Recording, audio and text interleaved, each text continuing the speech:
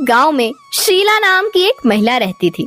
उसका 18 साल का एक ही बेटा था जिसका नाम राजू था, जो कि घर छोड़कर भाग गया था। उसके पति की मृत्यु कुछ साल पहले ही हुई थी।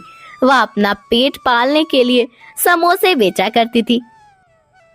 आओ समोसे समोसे, गरम गरम समोसे, एक बार खाओगे तो बार बार आओगे, बार बार आओगे तो खाते रह जाओगे। आओ और खाओ समोसे, स्वादिष्ट नमकीन ताजा। थोड़ी देर बाद एक मुसाफिर आता है। अरे ओ अम्मा, समोसे कैसे दे रही हो? ताजा है क्या?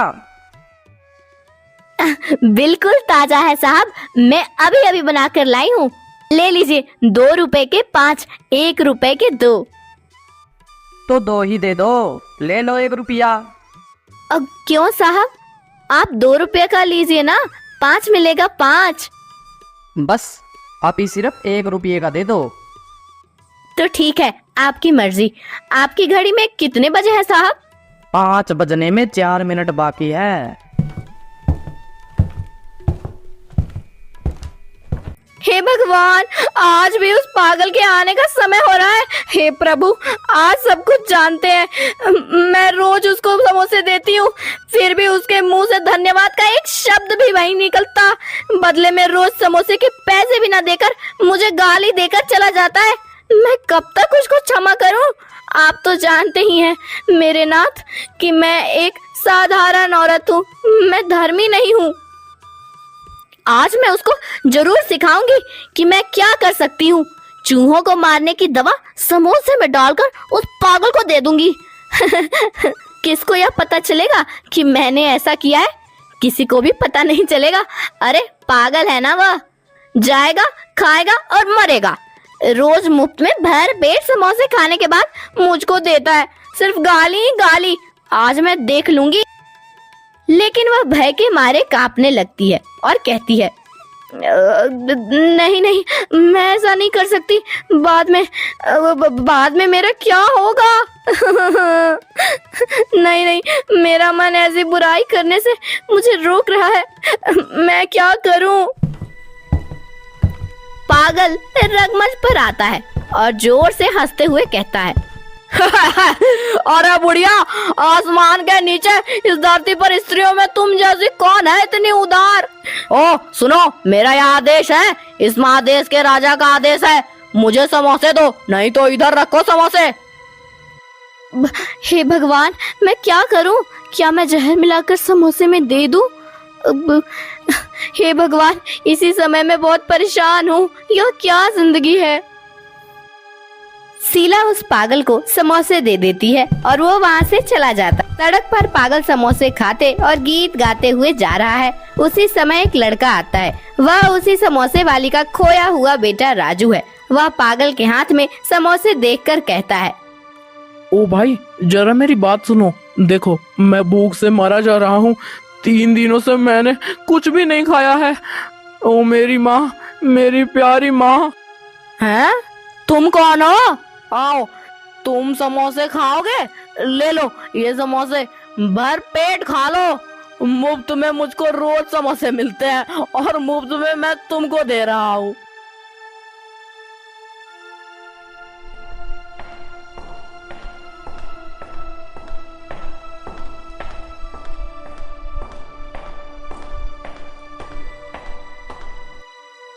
अम्मा अम्मा, मैं घर वापस आ गया। देखो, मैं तुम्हारा बेटा राजू आ गया हूँ।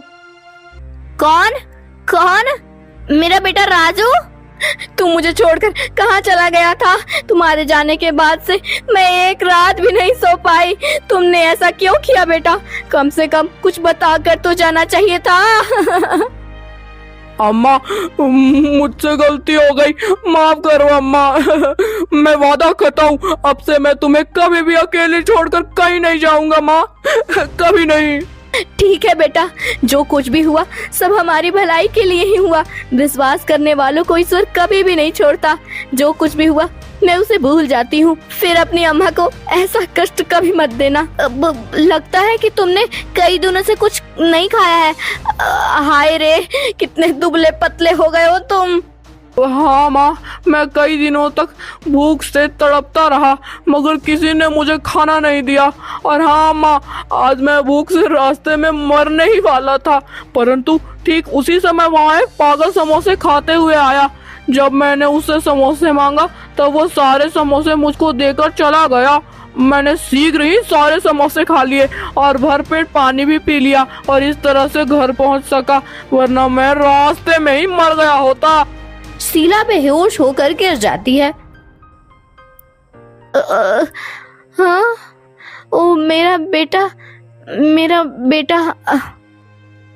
तुमको क्या हुआ अम्मा? तुम इतनी दुखी और परेशान क्यों हो? तुम्हारा बेटा तो आ गया ना, तो फिर तुम क्यों दुखी हो माँ? कुछ नहीं बेटा, कुछ नहीं।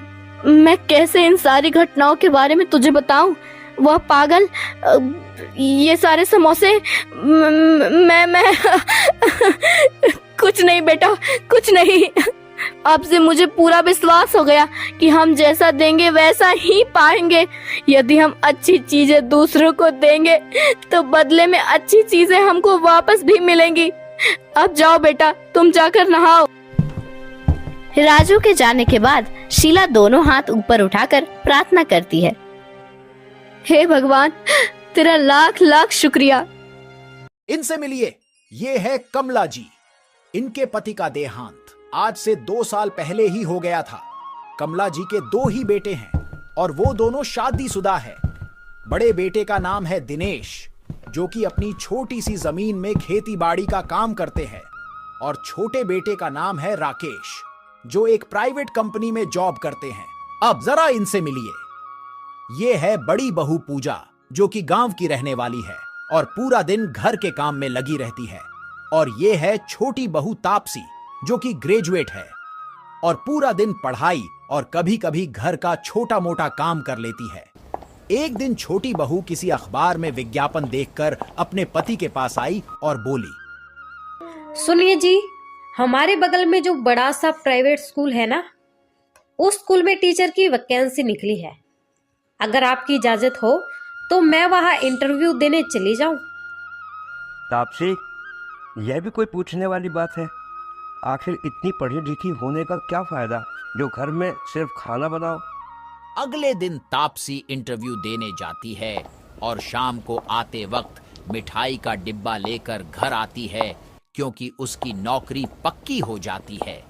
घर आते ही अपने पति से कहती है, राकेश जी, आज मैं बहुत खुश हूँ, मेरी नौकरी लग गई।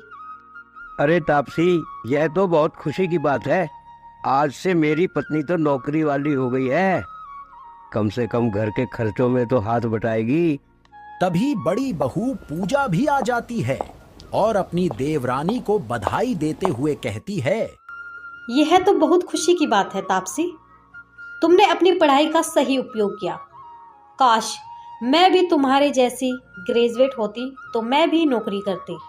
तभी कमला जी भी आ जाती है और कहती हैं, अरे बाहर जाकर नौकरी नहीं कर सकती तो घर में बहुत सारे काम होते हैं, अगल बगल के कपड़े ही सील ले, उससे भी आमदनी हो जाती। लेकिन नहीं, तुम्हें घर में बैठने से फुर्सत मिले तब तो कुछ करोगी। हाँ भाभी, सासू माँ सही कह रही है, घर में भी तो आप कुछ काम कर सकती हैं। आप चाहे तो अपना बुटीक खोल सकती है। लोग सुनेंगे तो क्या कहेंगे कि देखो, एक बहू तो नौकरी करती है और दूसरी बहू घर में सिर्फ खाना बनाती है और बैठकर आराम फरमाती है। तापसी, तुम घर के कामों को इतना छोटा क्यों समझती हो? घर के काम से फुर्सत मिले तब तो कोई बाहर का काम करे, और मुझे लगता है कि घर के काम करने में कोई बुराई नहीं। भाभी, बचपन से मैं कभी हाउसवाइफ नहीं बनना चाहती थी। मेरा तो बचपन से सपना था कि मैं नौकरी करूंगी, और आज मुझे नौकरी मिल गई तो मैं बहुत खुश हूँ। घर के काम में तो मेरा बिल्कुल भी मन नहीं लगता। छोटी बहू, लेकिन घर के काम तो करने ही पड़ेंगे ना। आज एक साथ हो तो बड़ी बहू काम कर देती है, लेकिन जब अलग रहने लगे तो तुम्हें अपना काम तो खुद ही करना पड़ेगा ना। देखिए मम्मी जी, या तो मैं नौकरी करूंगी या घर का काम करूंगी। एक साथ मैं दो काम नहीं कर सकती हूँ। भाभी जब कुछ नहीं करती है तो घर का काम तो करना ही पड़ेगा ना। बड़ी बहू पूजा चुपचाप खड़े होकर अपनी देवरानी तापसी की बातें सुनती रही, क्योंकि वह स्वभाव से सीधी थी, इसीलिए उसने कुछ नहीं बोला। तापसी जब से नौकरी लगी थी उसे अपनी नौकरी का घमंड हो गया था। संडे का दिन था, सब लोग देर से सोए हुए थे, लेकिन पूजा सुबह सुबह उठकर घर में झाड़ू लगा रही थी। तभी उसका पति दिनेश बोला, पूजा, माना कि तुम तापसी जितनी पढ़ी लिखी नहीं हो, लेकिन ज़रूरी तो नहीं है इंसान नौकरी ही करे। तुम क्या अपनी पूरी ज़िंदगी इसी तरह झाड़ू लगाने और घर के काम में बिता दोगी? अपना काम तो नौकरी से भी अच्छा होता है पूजा। सही कह रहे हो। आपकी मम्मी जी भी कई दिनों से कह रही थी कि मुझ में कढ़ाई सिलाई का हुनर तो है, मैं अपनी खुद की दुकान क्यों नहीं खोल लेती हूँ। मैं आपसे पूछने ही वाली थी। पूजा, इसमें पूछने की क्या बात है? अगले महीने मैं शहर में तुम्हारे लिए कोई किराए की दुकान खोल दूंगा। लेकिन दिनेश, इतने पैसे हमारे पास कहाँ से आएंगे? देखो पूजा, तुम उसकी चिंता मत करो। मैं कई दिनों से नोटिस कर रहा था कि जब से तापसी ने नौकरी ज्वाइन की है तब से माँ का रवैया तुम्हारे प्रति बदल गया है। तुम्हारी इस तरह से इज्जत नहीं होती जैसे कि तापसी की करती है। माँ को ये लगता है कि तापसी नौकरी करती है, इसीलिए वह तुमसे ज़्यादा काबिल है। इसीलिए तुम्हें कुछ ना कुछ तो करना ही होगा। घर के कामों के लिए हम कोई नौकरानी भी तो रख सकते हैं। इतना बोलकर दिनेश अपने खेत पर चला जाता है। एक दिन कमला जी की पड़ोसन बिमला उनके घर आई। ड्राइंग रूम में बैठकर दोनों आपस में बात कर रही थीं कि तभी बड़ी बहू पूजा चाय और बिस्किट लेकर आई। अरे बड़ी बहू, मुझे आए आधा घंटा से ज्यादा हो गया, लेकिन छोटी बहू अभी तक नजर नहीं आई। कहाँ है वो? बिमला, तुम्हें नहीं पता छोटी बहू अब नौकरी करने लगी है। तुम्हारे आने से 5 मिनट पहले ही नौकरी करके घर आई है। अपने कमरे में आराम कर रही होगी। अभी बुलाती हूँ उसे। अरे ओ छोटी बहू, जरा इधर आओ तो, बिमला आई है, तुमसे मिलना चाहती है। छोटी बहू ने अपने कमरे से आकर बिमला जी को नमस्ते किया। नमस्ते आंटी जी, कैसी हैं आप? अरे बेटा, नमस्ते नमस्ते, मेरी बगल में बैठ जाओ। क्या बताऊं आंटी जी, जब से मैंने नौकरी ज्वाइन करी है, नौकरी से आते ही थक जाती हूँ, इसलिए आकर अपने कमरे में आराम कर रही थी। कमला, आपने बताया नहीं कभी कि आपकी छोटी बहू नौकरी करने लगी है। अरे बिमला, मैं तुम्हें बताना भूल गई। अभी कुछ दिनों से पहले तापसी नौकरी करने जा रही है। कमला, आपकी दोनों बहुएं कितनी अच्छी है। छोटी बहू नौकरी करती है और बड़ी बहू ने कितने अच्छे से घर को संभाल रखा है। और मेरी बहुओं को देख लो, पूरा दिन कुछ नहीं करती, पूरा दिन आराम फरमाती है। आंटी जी, मैं भी अगले महीने से अपना बुटीक खोल रही हूँ। क्यों मम्मी जी? बिमला, बड़ी बहू सही कह रही है। मैंने ही इसे सलाह दी कि कब तक घर के कामों में उलझी रहेगी। आखिर तेरे पास भी सिलाई कढ़ाई का हुनर है, उसका इस्तेमाल कर। कुछ दिनों के बाद पूजा अपना बुटीक खोल लेती है और उसका काम अच्छा चल जाता है, और इधर तापसी की नौकरी छूट जाती है, जिसकी वजह से वह परेशान रहने लगती है। इसी तरह से कुछ दिन बीत जाते हैं। एक दिन कमला अपनी छोटी बहू तापसी से कहती है, अरे तापसी, इस तरह कैसे काम चलेगा? और कुछ नहीं तो पूजा के साथ ही बुटीक पर काम कर लो। अरे अपना काम तो नौकरी से भी अच्छा होता है। आप सही कह रही हो मम्मी जी, मैं कल से ही पूजा के साथ बुटीक पर काम करने के लिए जाऊंगी, और कुछ नहीं तो कम से कम अपना खर्चा तो चला सकूंगी। तापसी मन ही मन सोचने लगी कि मैं कितनी गलत थी। जिस नौकरी का मुझे घमंड था वो आज मेरे पास नहीं रही। मैंने अपनी जेठानी को पता नहीं क्या क्या बोला था और वो बेचारी चुपचाप सुनती रही। शाम को जब पूजा बुटीक से वापस आई तो तापसी ने उससे माफी मांगी। बहन, मुझे माफ कर दो। मैं कितनी गलत थी। मैंने पता नहीं आपसे क्या क्या बोला, लेकिन आप हमेशा चुपचाप सुनते रही। आज मुझे अपनी गलती का एहसास हो गया है। अरे तापसी, तू कैसी बातें कर रही है? तू तो मुझसे छोटी है और बड़ों का काम होता है माफ करना। क्या हुआ अगर तेरी नौकरी चली गई? हम दोनों बहन अपना बुटीक चलाएंगे और अच्छा पैसा कमाएंगे। अगले दिन से ही पूजा और तापसी अपनी दुकान पर जाने लगी।